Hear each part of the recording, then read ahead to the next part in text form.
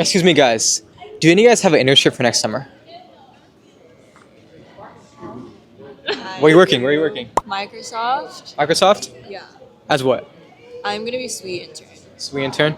Can I get you for an interview real quick, just like 1 minute about your internship experience, any advice you have for students who want to break into the field?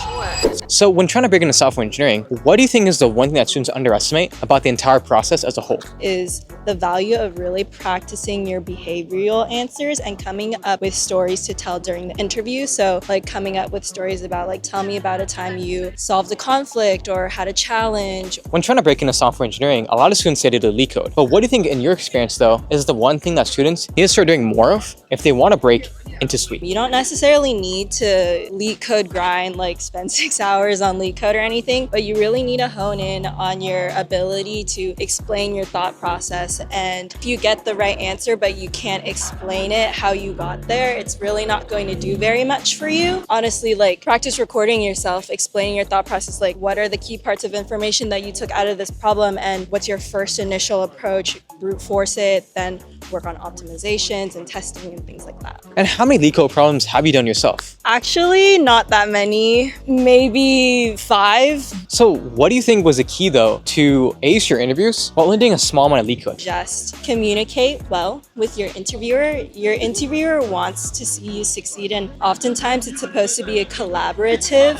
activity. So if you get stuck, like you can tell your interviewer, hey, I'm thinking XYZ, what do you think? Like, is this approach good? Am I missing something? On top of that, a lot of SWE internships require you to do an online assessment, so you'll get practice through there.